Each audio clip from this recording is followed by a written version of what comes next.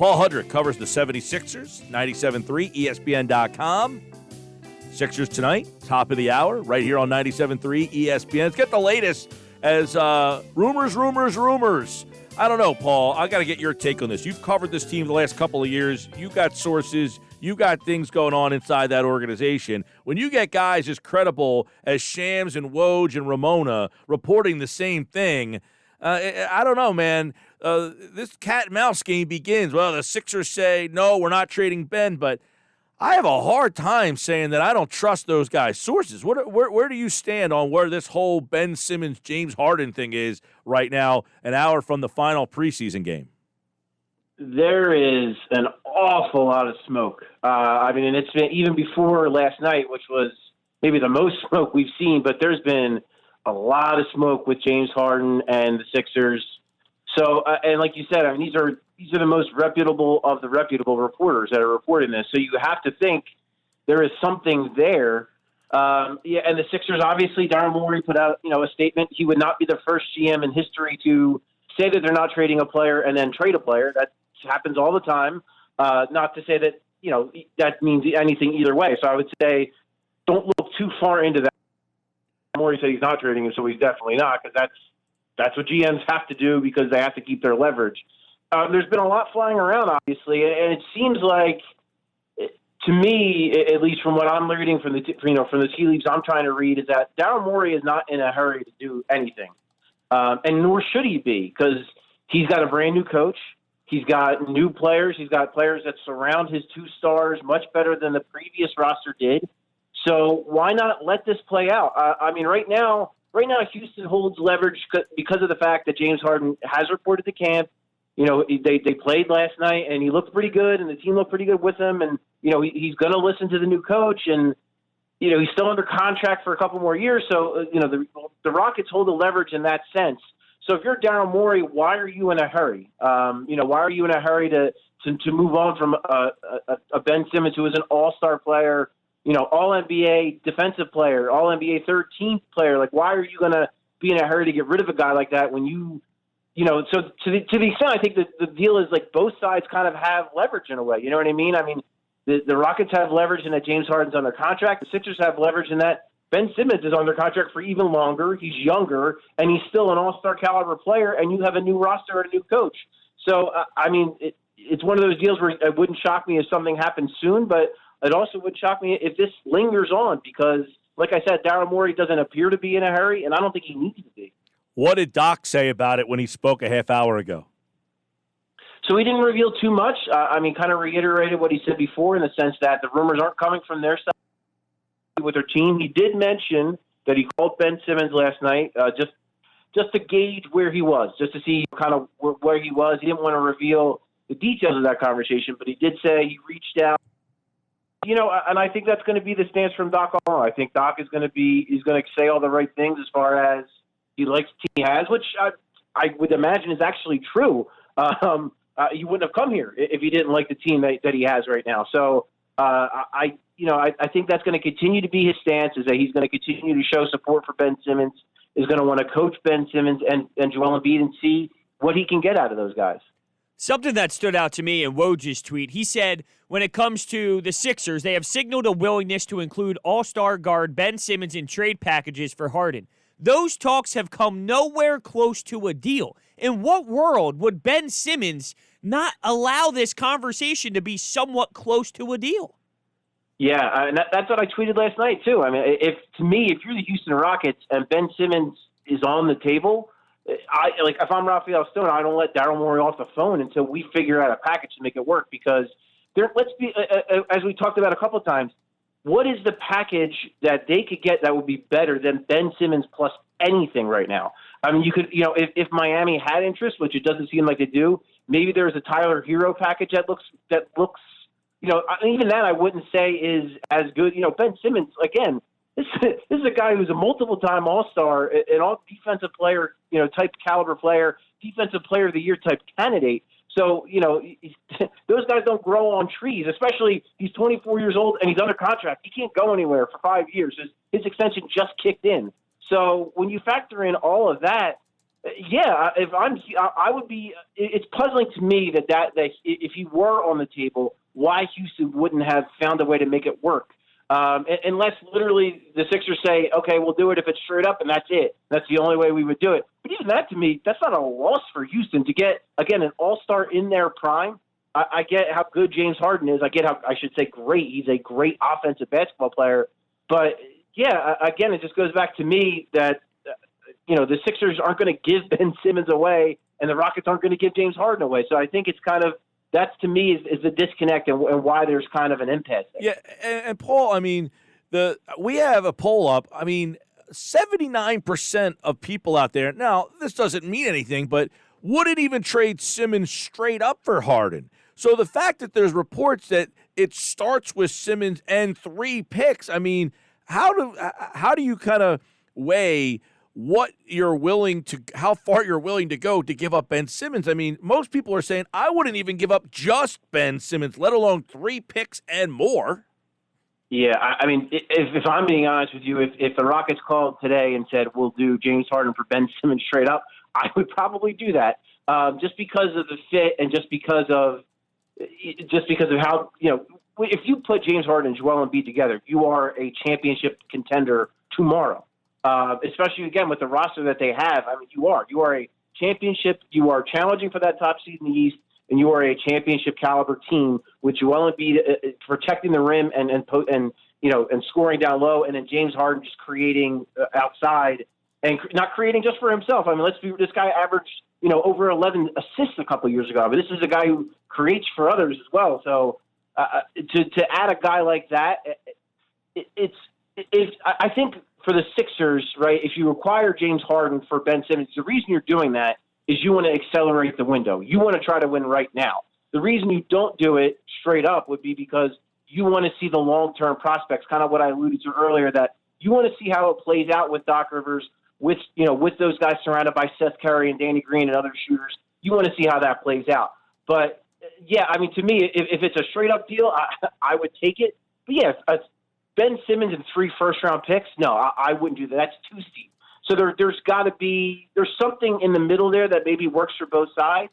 But, yeah, I think if you're saying to yourself, I wouldn't do it straight up for Ben Simmons, for James Harden, I don't think you are – and I get it, some of the stuff with James Harden, some of the culture stuff and all that, but if you actually watch James Harden play and how dominant he is on the offensive side of the ball, I would do that trade, absolutely. How do you think that this impacts Ben's relationship with the organization? He's probably thinking similar things to us, like, hey, where there's smoke, there's fire. What if they end up not moving on from Ben Simmons, and then he's got to sit in this organization knowing they might have tried to pull something behind my back? Yeah, it's tricky. I mean, you also have to look at it from Ben Simmons, like, if that's the way he's looking at it, is he's saying, like, oh, man, like, they might be willing to trade me.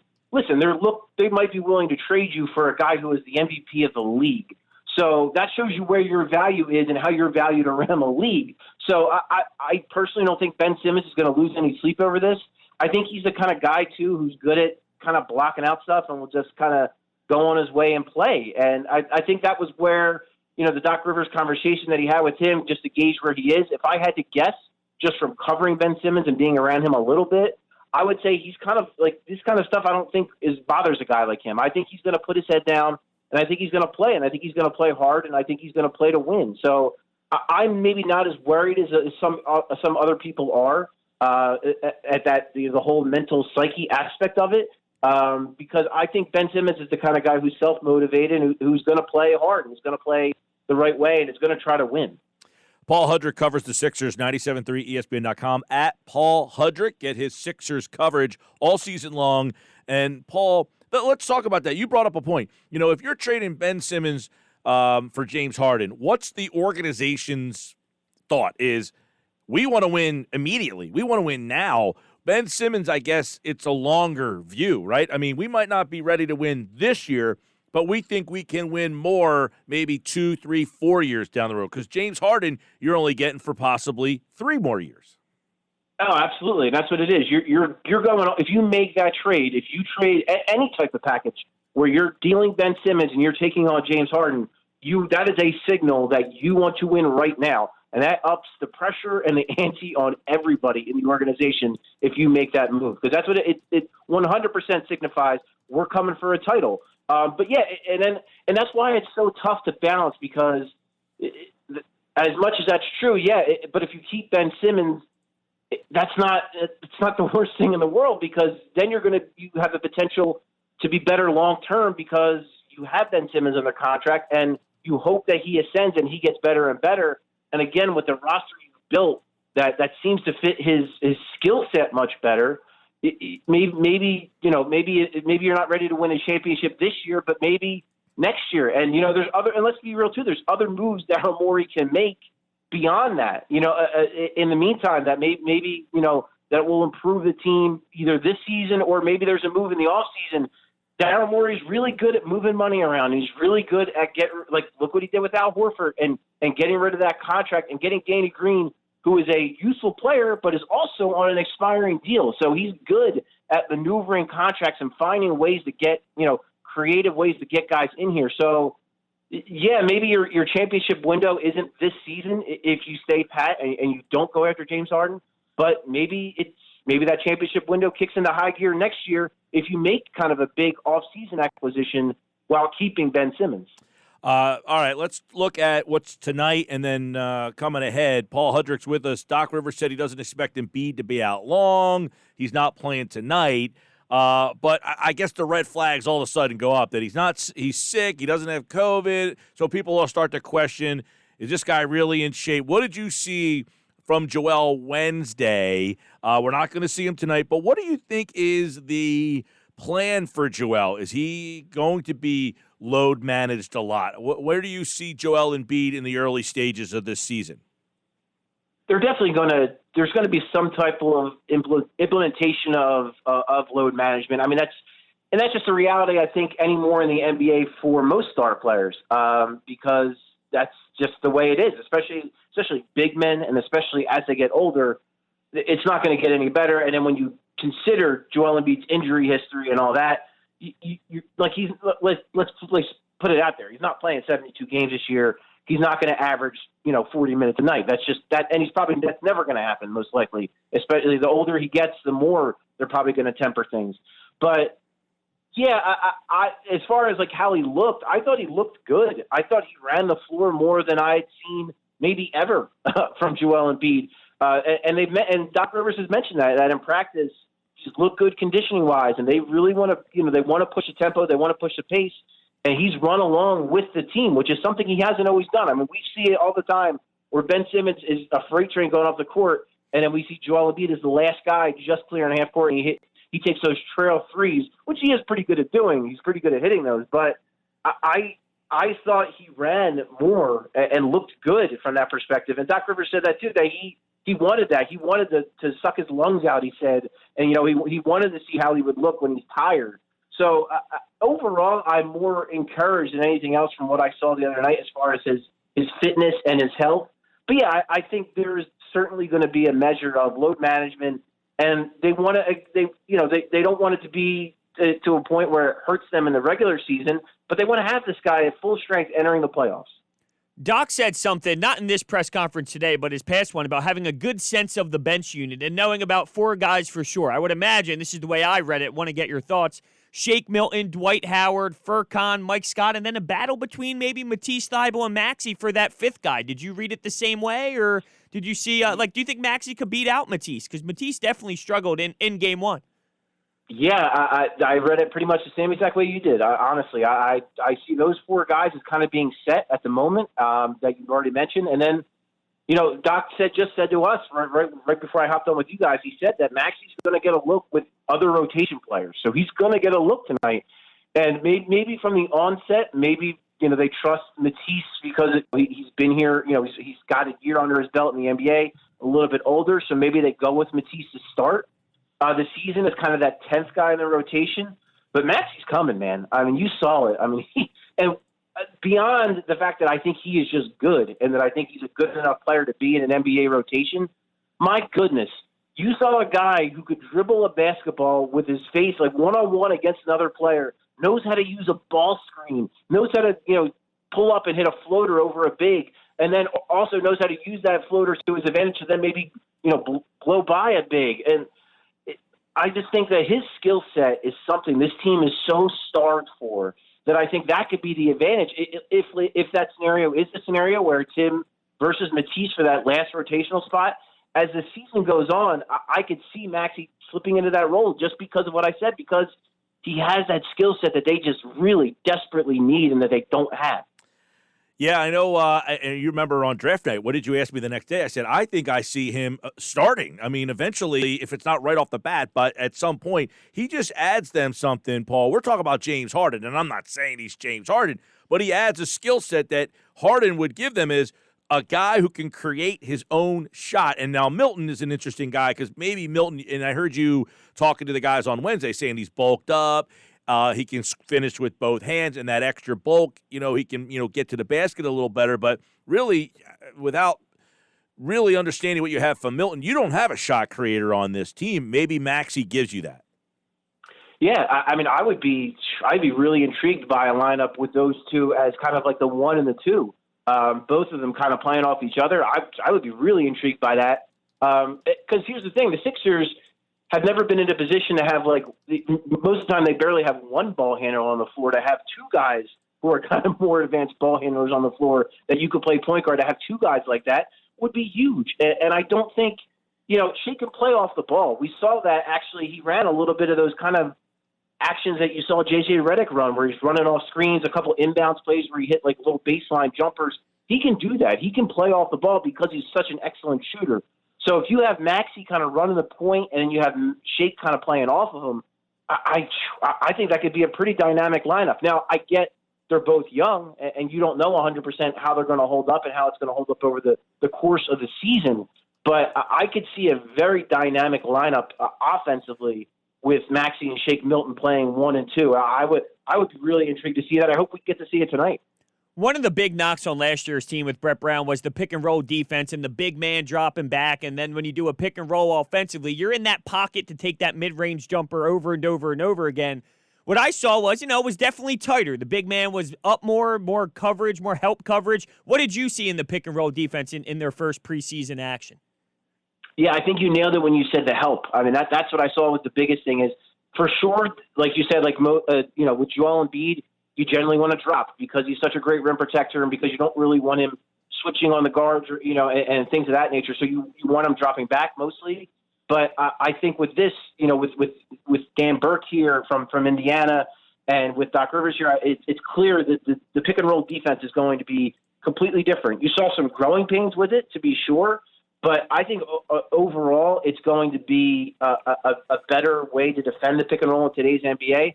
And so what Brett Brown did, and you can't really knock. It's kind of almost like it's a pick your poison thing with NBA offenses, because with Brett Brown, his goal was, I don't want to give up threes.